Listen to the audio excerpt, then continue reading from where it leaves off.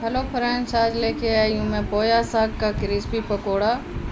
पालक का पकोड़े आपने बहुत खाए होंगे। क्या आपने पोया साग के पकोड़ा कभी खाया है? नहीं खाया है तो ज़रूर से बनाइए। ये पोया के साग आजकल बरसात में होती है और इसका बहुत ज़्यादा फ़ायदेमंद है हेल्थ के लिए, तो ज़रूर से खाना चाहिए इसे।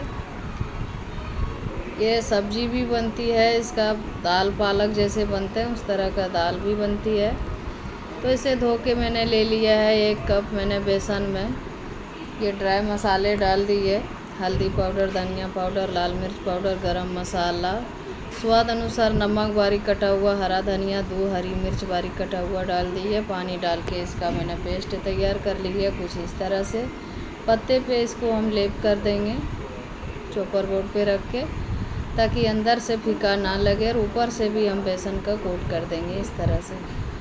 ये देखिए, अभी तक आपने ये पकोड़ा नहीं बनाया तो ज़रूर से बना के देखिए फ्रेंड्स। इसी तरह से सारे पत्ते में हमने यहाँ से लेप कर ली है, इसको सब कोटिंग करके रख लेंगे। इधर गर्मा गर्म तेल में इसको हम इस तरह फ्राई कर लेंगे क्रिस्पी होने तक।